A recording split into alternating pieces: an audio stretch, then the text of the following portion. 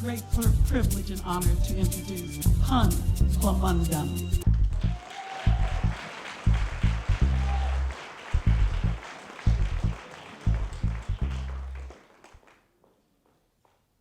In 1790, my 8th generation great-grandfather, a Frenchman named Etienne Lamorandier, built a trading post where Denoyer Creek joins the Muskegon River in the present-day city of Newaygo. It is through this bloodline that I trace my devotion to liberty, fraternity, and equality. He married an Ottawa named Woman in Falling Snow. It is through that bloodline that I trace my connection to the Ottawa Nation and my place in the Turtle Clan. My biological parents were both patients in the Traverse City State Regional Psychiatric Hospital in Traverse City, Michigan in 1945, where I was conceived and born. My father was a half-blood Ottawa suffering from chronic alcoholism. My mother was a mixed-blood Ojibwe woman diagnosed with syphilis. And so my circle begins. I was adopted by the Plamondons at 18 months. They were a poor, white, hard-working Catholic family with whom I never bonded.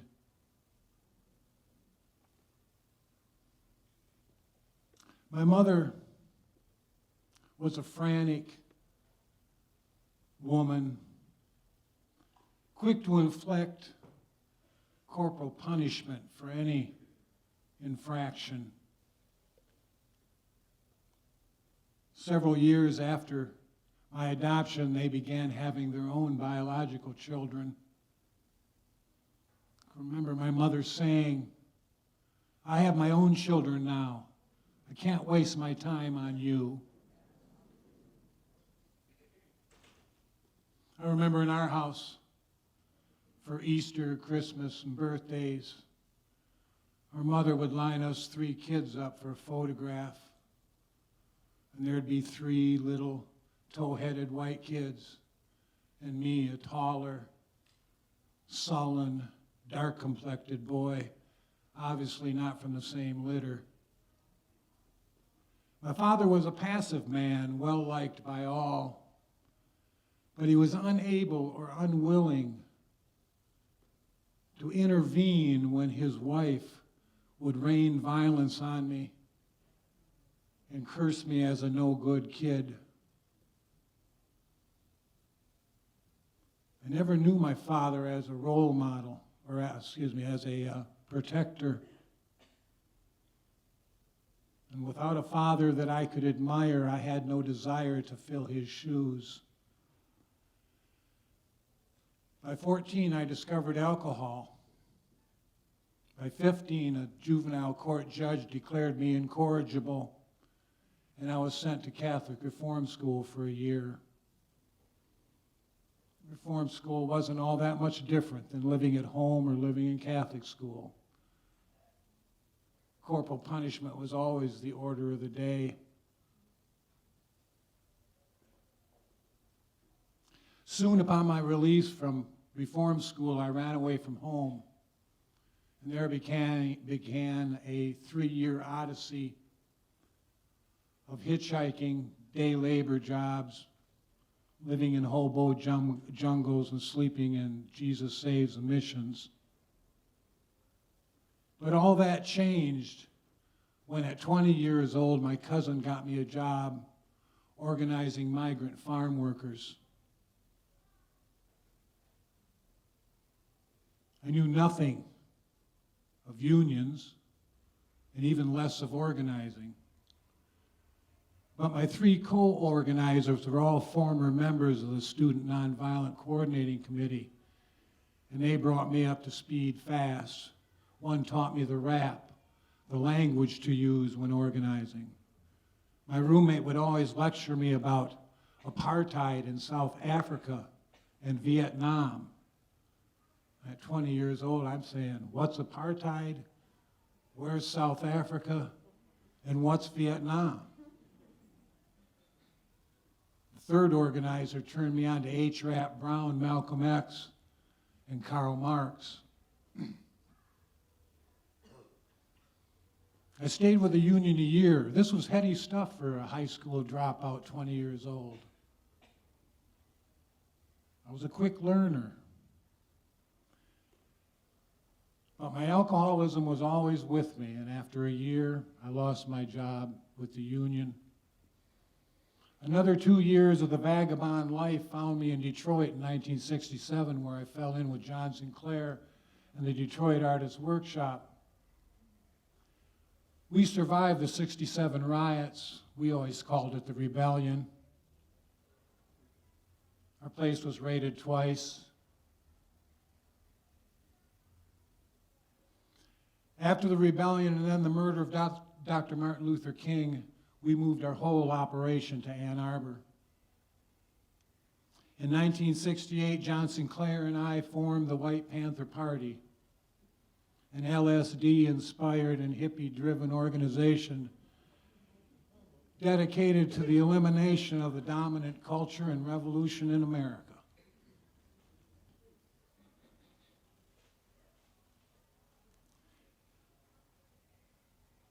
Later that year, in September of '68, an unknown person or persons placed a dynamite bomb at a clandestine CIA office in Ann Arbor. No one was hurt, but the office was destroyed.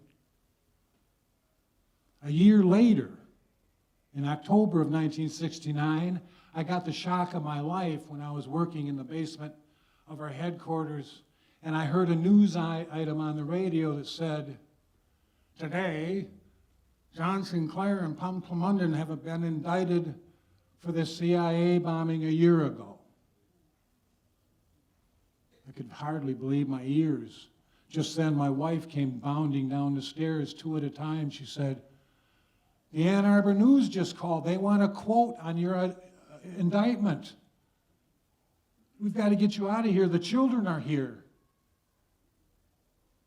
Gripped with fear and trembling, I slipped away, went underground. I hid out in hippie communes, college towns, and flop houses. I made my way to Canada, where I got a counterfeit passport from a French-speaking separatist group, made my way to Europe and ultimately to Algeria.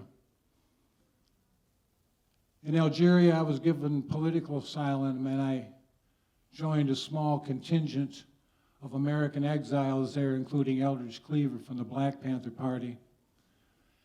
I was only there 2 weeks, and I got tremendously homesick. There were no hippie girls there. There wasn't any rock and roll.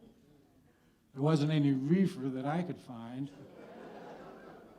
And there was no alcohol in the Casbah. I started pestering Eldridge to lend me $250 so I could get a flight back home to the States. Finally, he said he'd lend me the money, and he said, "But when are you going to pay me back?" I said, "When the revolution comes, man."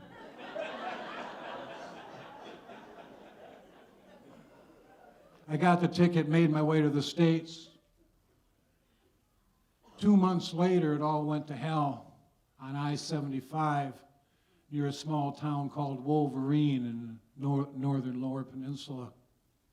You see, I had to pee.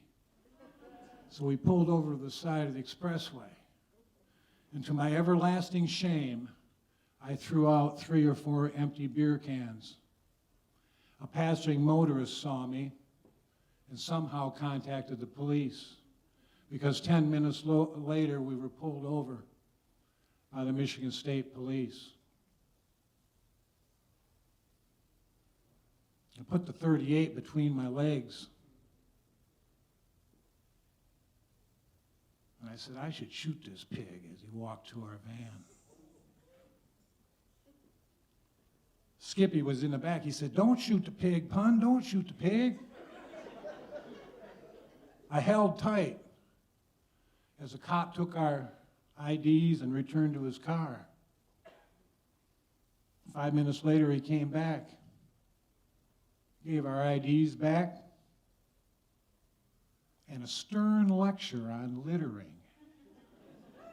And he let us go without even a ticket. "Power to the people," we chanted as we drove away. "Let's get another case of beer," I said. Well, 3 hours later, we were westbound on Route 2 in the Upper Peninsula, and I watched as a single sheriff's car pulled up behind us. He followed us for a minute, then his blue lights went on. We pulled to the side of the road fast. Jack was driving then, Skip was in the back sleeping. Jack went back to the sheriff's car with his driver's license and vehicle registration. I turned around to wake up Skippy. When I turned back, 2 Michigan State police cars came to a screeching halt right in front of our van. 4 cops got out with carbines and shotguns. I looked in the rear view mirror and I could see that Jack was spread-eagled over the hood of the sheriff's car, and the sheriff had a big revolver pointed at his head. Then more cops came. Cops were everywhere. Time froze for a second. I took the .38 and I put it in the glove box. Skippy and I put our hands out the window. I thought at the time, well, they haven't shot me yet. We were transported to St. Ignace County Jail, and several days later I was transferred here to Wayne County.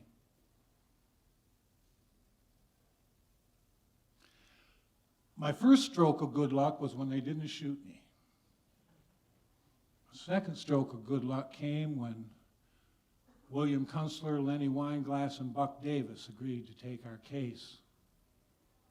Kunstler and Weinglass were high-profile movement lawyers, noted for defending the Weathermen, the American Indian Movement, and the Black Panther Party. Buck Davis was just a young attorney, my age, fresh out of law school. He was looking to earn his stripes. Our third stroke of good luck came when it was announced that Judge Damon Keith would hear our case. Buck Davis came to visit me in the Wayne County Jail to give me the lowdown. "So what do we know about this dude?" I said. Buck said, "Well, he's committed to civil rights. He'll be fair. He's about the best we can hope for." "Yeah, but how's he going to be with a hippie, commie bastard like me?" "He's committed to the Constitution," Buck said, "and he's committed to the rule of law. People love him. He's a father figure in the civil rights movement."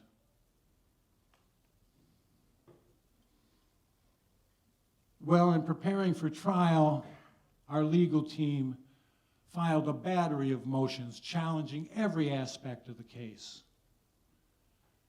Judge Keith denied all of our motions, except for one. We had filed a motion for discovery of any surveillance evidence that was going to be used against us. Any photo, film footage, video footage, as well as any electronic or eavesdropping evidence that was going to be used against us.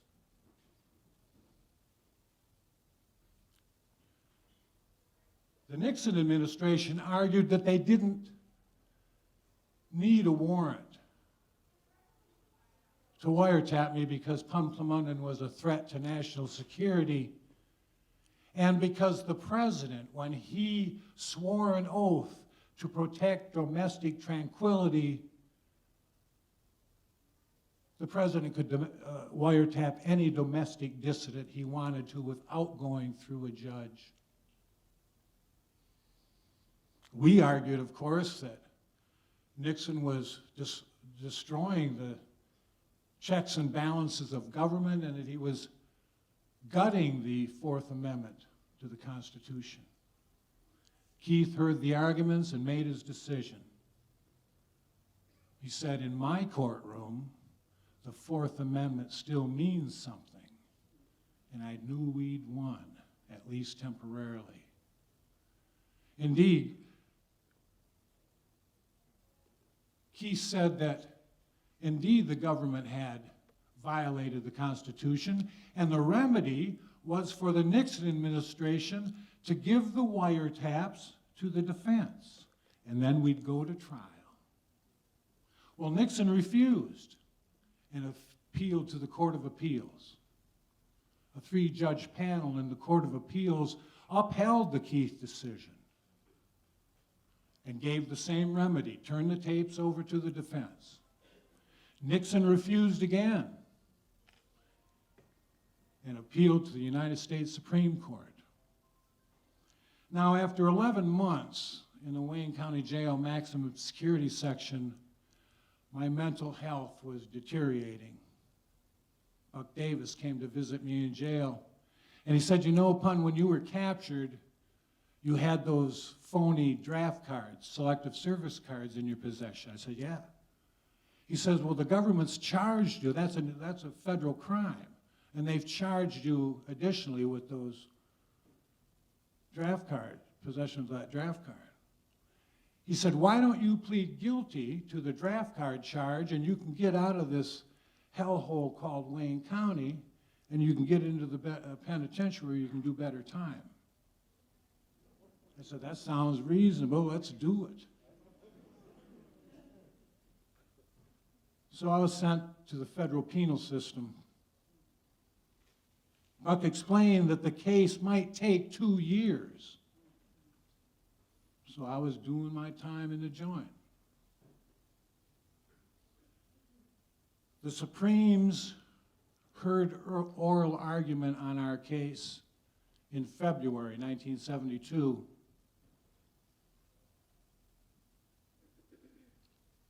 Arthur Kanoy argued for our side. Kanoy was a long-standing member of the National Lawyers Guild, going way back to the days of the Red Scare and the Hollywood Blacklist. Robert C. Mardian argued on behalf of the Nixon administration. 2 years after this Supreme Court hearing, Mardian himself would be indicted for campaign violations, but we didn't know that then. Mardian began his ill-conceived spiel before the Supreme Court. His argument was feeble, laughable, really, looking back 40 years. But at the time, the fear was real and the threat was real. Mardian used half his opening statement and reserved the rest for rebuttal. He was interrupted by the justices 31 times. Then Arthur Kanoy took the floor.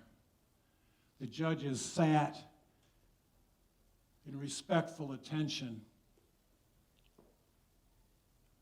Kanoy went on for 30 minutes, his allotted time.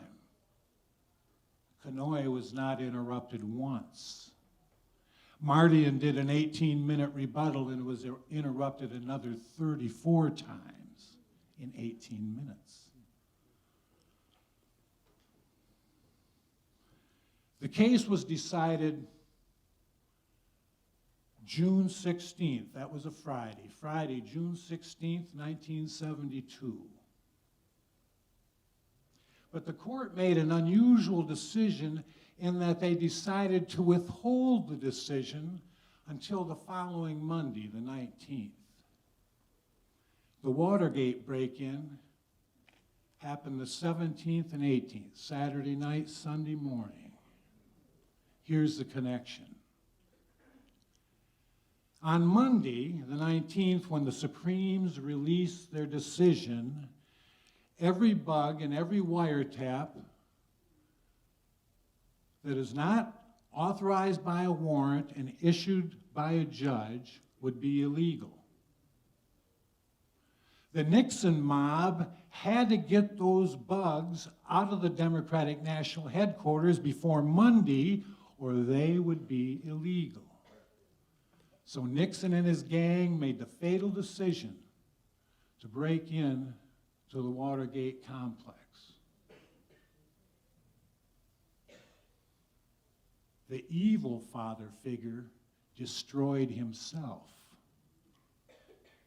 Now, I've never admitted nor denied bombing the CIA office in Ann Arbor in 1968, but I will say that whoever set off that bomb set in motion the planets that would ultimately collide and bring down the Nixon administration.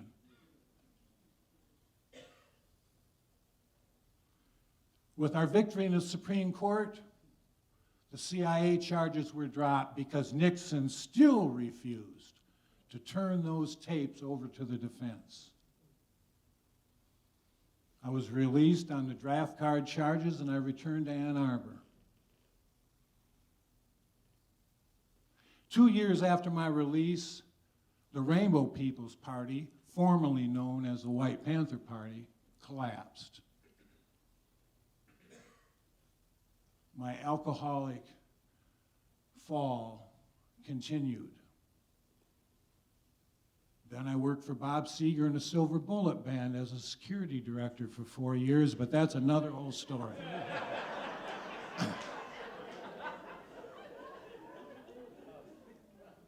I met my present wife in the early 80s, Patricia. She's a no-nonsense gal who spent 7 years working in a drug treatment clinic in Chicago. And she was not about to swallow any of my alcoholic bullshit. At one point she said, "It's either me or the booze. You choose." Well, I chose love. My early attempts to quit drinking were a time of struggle and failure.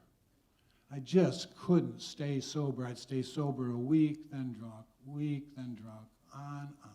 2 steps forward, 1 step back.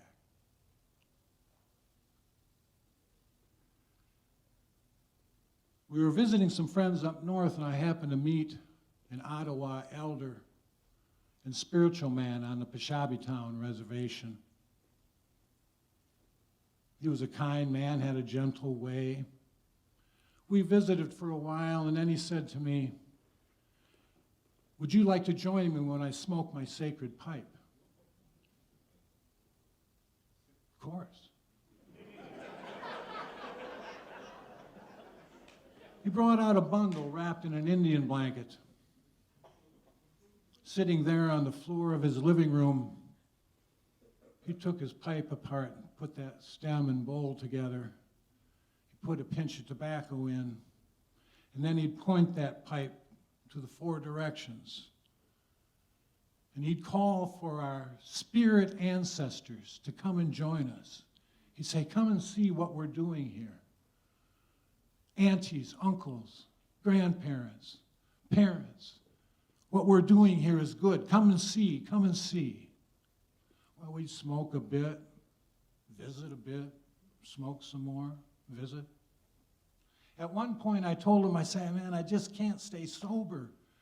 I try so hard, I'm so sincere, I can't do it." I said, "Some of my friends in that 12-step group, they tell me that I need some higher power, some spirituality, something that's outside of myself." I says, I can't grasp the concept." Lewis sat there a minute and he goes, "Yeah," he says, "yeah." He says, "They must be talking about the great mystery."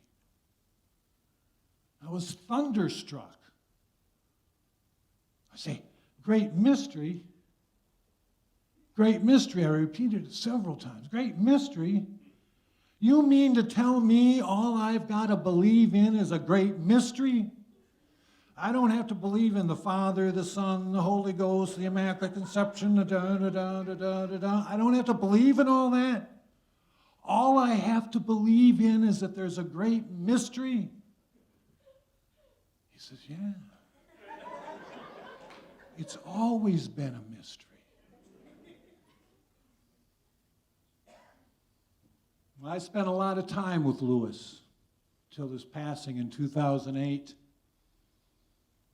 He was the closest thing I ever had to a father figure. I believe when he loaded that pipe and called in those ancestral spirits, that my 8th generation great-grandfather and great-grandmother came. My biological parents came. All those ancestors came to that pipe and then to me. That was 35 years ago. I got sober. I married my wife, Pat. I joined my tribe. I found my Ottawa soul. I reconciled with my adopted parents. And I found a serenity that I never knew could possibly exist. Thank you for listening to my story.